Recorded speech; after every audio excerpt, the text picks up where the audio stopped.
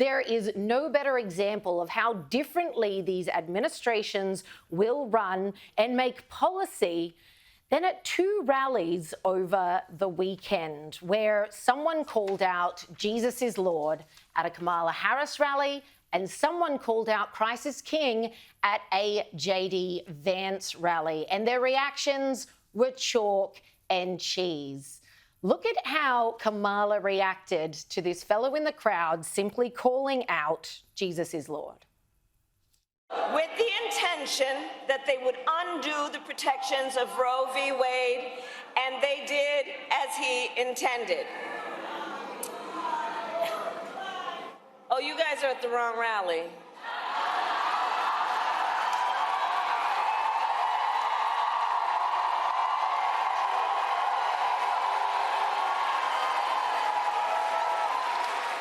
No, I think you meant to go to the smaller one down the street. Just mocking him. Those two young men then talked to Fox News, sharing their experience of then being ushered out of the rally. They weren't even allowed to stay for simply stating Jesus is Lord. Now, you don't have to be a Christian, you don't have to be a Catholic, but where's the tolerance? Where's the inclusion, Kamala and co? And let's not forget, within hours of this, Kamala was rocking up at a church trying to play the Christian card.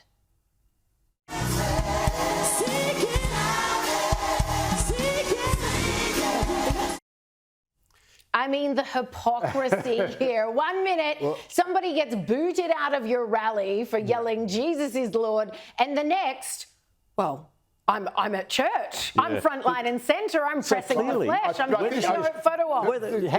To be fair, though, the shouting out of Jesus is Lord is like the let's go Brandon of the abortion debate in the US. So clearly, when she's talking about, reproductive rights or whatever they call it, or, reforming. So you think abortion. They should have been? No, I don't. But it's like their way of saying, no, screw you. That's anti-Catholic. That's anti-Christian. That's anti-religious. What you should have said, but the mistake that Kamala made was to say, there's actually, for someone who says Jesus is Lord, or someone who even is pro-life or whatever, there's no place for you in the Democratic Party. That is insane. By saying you are not welcome at this rally and literally physically removing them, she's saying there is no place for you in the Democratic Party. And that is, of course, a terribly, terribly stupid and damaging thing to do. In America, particularly. Especially in America, and especially when you've got so many working class people, Irish Catholics, Italian Catholics, Roman Catholics, who obviously are culturally or sort of democratic leaning, but also have conservative social 100%. values. So, the Bible Belt, really you just lost them all. Jesus is Lord. You say, yes, he is, but he's not running in this particular race.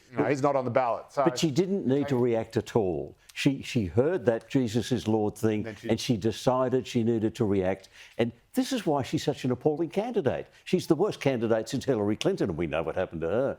So she's just she cannot very quickly off the top of her head think of a clever way or an appropriate way or a tactically good way to react. So she did this really stupid thing of go to the rally down the street. You don't belong in my rally if you want to say Jesus. I mean, that's as you say, America is a far more religious country than Australia. It is. The vast majority of them are Baptists. They don't want to hear a candidate saying that. She's done herself a lot of damage. And then the idea that you can repair it by going to church tells you that Kamala might be Christian on a Tuesday but not on a Wednesday. Or maybe she's Christian at 3 o'clock but not at 4 o'clock. And that's exactly the problem. She's this changeable, could be anything, chameleon, don't know what she believes, don't know who she is candidate.